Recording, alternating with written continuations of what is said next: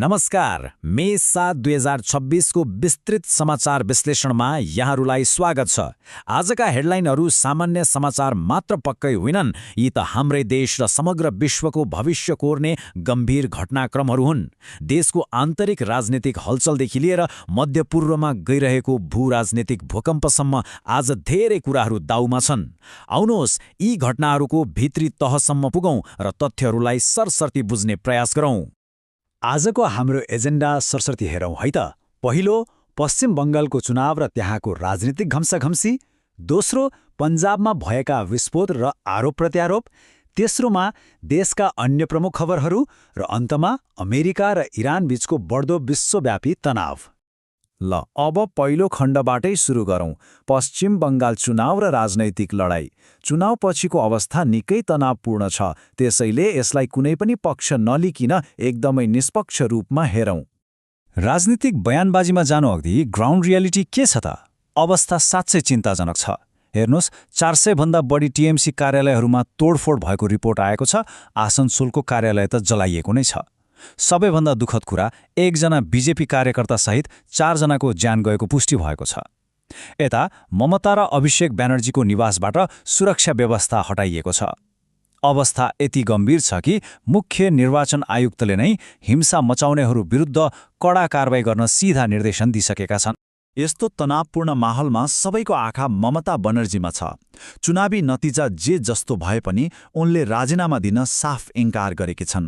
उनको भनाइ छ, म आजाद पन्छी हुँ, शेरझैँ लड्नेछु, हामी जनादेशले होइन षड्यन्त्रले हारेका हौँ। यसको सिधा अर्थ के हो भने उनी यो हारलाई जनताको फैसला मान्न तयार छैनन्, बरु यसलाई एउटा ठूलो राजनीतिक षड्यन्त्रको रूपमा हेर्दैछिन्। अब चाखलाग्दो कुरा के छ भने उनको यो अडान एक्लो छैन, अन्य नेताहरूको पनि साथ मिल्न थालेको छ। सञ्जय राउतले उनको निर्णयको कडा समर्थन गर्दै भनेका छन्, राजीनामा नदिनु पूर्ण रूपमा सही हो, हामीले तानाशाही विरुद्ध लड्नुपर्छ। यो भनाइ सुन्दा उद्धव ठाकरेको बेलाको याद आउँछ नि, होइन र? विपक्षी दलहरू कसरी एउटै छातामुनि गोलबन्द हुँदैछन् भन्ने यो एउटा ठूलो सङ्केत हो। तर सिक्काको अर्को पाटो पनि त छ। बीजेपीका धर्मेन्द्र प्रधानको कडा काउन्टर आएको छ।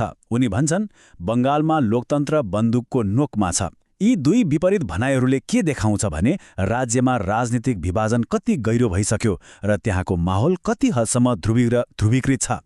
बङ्गालको यो राजनीतिक सङ्कटलाई बिट मार्नुअघि कपिल सिब्बलको यो भनाइलाई हेरौँ। उनी भन्छन्, चुनाव त आउँछन् र जान्छन्, तर संविधान र लोकतन्त्रको हार हुनुहुँदैन। एकदमै मार्मिक कुरा। यसले यो पूरै घटनाक्रमलाई दलगत राजनीतिबाट माथि उठाएर संवैधानिक महत्त्वको गम्भीर विषय बनाइदिएको छ। अब हाम्रो दोस्रो खण्डतिर लागौँ, पन्जाब विस्फोट र आरोप। अब हाम्रो ध्यान चुनावबाट हटेर राष्ट्रिय सुरक्षाको अत्यन्तै गम्भीर मुद्दामा केन्द्रित हुनेछ। भौतिक घटनाक्रम निकै डरलाग्दो छ। पन्जाबमा 2वटा विस्फोटकका खबर आएका छन्। सीसीटीभीमा प्रष्ट देखिएको छ, बाइकमा आएकाहरूले विस्फोटक पदार्थ फ्याँक्छन्, जसले अमृतसर आर्मी क्याम्पको पर्खाल नै हल्लाइदिन्छ। यो स्पष्ट रूपमा सुरक्षामाथिको ठूलो चुनौती हो, जसले तत्कालै राजनीतिक विवाद निम्ति आएको छ। र स्वाभाविक रूपमा यसले ठूलो राजनीतिक आँधी ल्याएको छ। मुख्यमन्त्री भगवन्त मानले यी विस्फोटहरूको पछाडि सिधै बीजेपीको हात रहेको सङ्गीन आरोप लगाएका छन्। तर यता बीजेपीका रवनीत बिट्टू पनि कहाँ चुप लाग्थे र? उनले त उल्टै मुख्यमन्त्रीलाई चुनौती दिँदै भने, आरोप साँचो हो भने बीजेपी वा मेरे विरुद्ध एफआईआर दर्ता गर्नुस्। यो आरोप र सिधा चुनौती बीचको निकै ठूलो टकराव हो।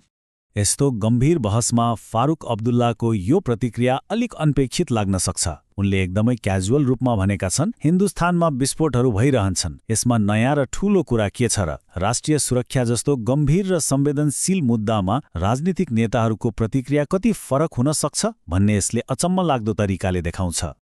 ल, अब तेस्रो खण्डमा प्रवेश गरौँ, अन्य प्रमुख राष्ट्रिय समाचारहरू। दिनभरिका छरिएका क्षेत्रीय अपडेटहरूलाई हामी छिटो र प्रभावकारी रूपमा हेर्नेछौँ। आज देशभरिका केही छिटो अपडेटहरू सरसर्ती हेर्नु है। तमिलनाडुमा अभिनेता विजयले कांग्रेसको समर्थन लिएर सरकार बनाउने दाबी गरेका छन्। उता असममा मुख्यमन्त्री हेमन्त विश्व शर्माले राज्यपाललाई राजीनामा बुझाएका छन्। बिहारमा सम्राट चौधरीको क्याबिनेट विस्तार हुँदैछ, जहाँ नीतीश कुमारका छोरा निशान्त सामेल हुने पक्का-पक्की छ। अनि कानुनी मोर्चामा आईआरसीटीसी घोटाला मामलामा लालु राबडीको चुनौतीपछि अदालतले फैसला मे 22 सम्मलाई सारेको छ। यी सब घटनाहरूले राष्ट्रिय अन्तर्राष्ट्रिय राजनीतिमा निकै ठूलो अर्थ राख्छन्। अन्तर्राष्ट्रिय खबरमा जानुअघि यी केही थप अपडेटहरू पनि छुटाउनै नहुने खालका छन्। कूटनीतितर्फ प्रधानमन्त्री मोदी र भियतनामका राष्ट्रपति टु लामबीच नयाँ दिल्लीमा भेटघाट भएको छ। मौसमको कुरा गर्दा दिल्लीको चर्को गर्मीलाई मध्यनजर गर्दै रेखा गुप्ताले हिट रिलिफ युनिट्स सुरु गरेकी छन्। राजनीतिमा अखिलेश यादवले बङ्गालको हारपछि रणनीतिक कम्पनी आइप्याकसँगको बाटो अलग गरेका छन्। अर्कोतर्फ यूपीका मुख्यमन्त्री योगी आदित्यनाथले राष्ट्र पहिलो सिद्धान्तमा कडा जोड दिएका छन्। र अब आजको विश्लेषणको सबैभन्दा ठूलो र गम्भीर विषयवस्तुतर्फ लागौं।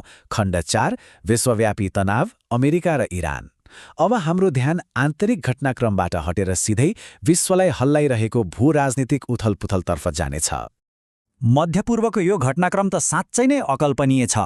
टाइमलाइनलाई ध्यान दिएर हेर्नुस् है, इरानको सैन्य शक्ति विशेष गरी नेभी र एयरफोर्स लगभग ध्वस्त भएको रिपोर्ट छ।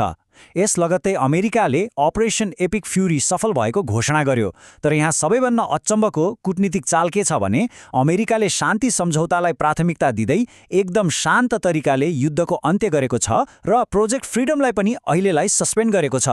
यो मध्यपूर्वको भू-राजनीतिमा रातारात आएको एउटा विशाल गेम चेन्जर हो। तर यसको असर त्यही मात्र खुम्चिएन। रिपल इफेक्ट भन्छन् नि, ठ्याक्कै त्यस्तै भएको छ। स्ट्रेट अफ हर्मुजमा एउटा फ्रेन्च जहाजमाथि अट्याक भयो र अमेरिकाले त्यहाँ उद्धार कार्य नै रोकिदियो। यता रुसले मौका छोपेर युक्रेनमाथि 108वटा ड्रोन र मिसाइलसहित रात्रिकालीन हमला गरेको छ। युक्रेनले पनि इरानलाई कडा चेतावनी दिँदै प्रतिबन्धको धम्की दिएको छ। अनि अमेरिकाको तर्फबाट स्पष्ट सन्देश छ कि त इरान वार्ताको टेबलमा आउनु पर्यो, होइन भने निरन्तर कारवाही भोग्न तयार हुनु पर्यो। विश्वव्यापी तनावको यो बाछिटा हाम्रै छिमेक आसपास पनि आइपुगेको छ। सुरक्षाको ठूलो खतरालाई लिएर राष्ट्रपति ट्रम्पले पाकिस्तानको पेशावरमा रहेको अमेरिकी वाणिज्य दूतावास नै बन्द गर्ने एकदमै ठूलो निर्णय लिएका छन्। यसले के प्रश्न पार्छ भने हजारौं माइल टाढाको द्वन्द्वले हाम्रो क्षेत्रको कूटनीतिक माहौललाई कति छिटो र गहिरो असर गर्न सक्छ। ल, अब आजको विश्लेषणलाई एउटा गम्भीर प्रश्नका साथ बिट पारौं। इरानको सैन्य शक्तिको अचानक पतन र अमेरिकी विदेश नीतिमा आएको यो युटर्न जस्तो परिवर्तनले भोलिको दिनमा विश्वव्यापी आर्थिक स्थिरतालाई कसरी असर गर्ला?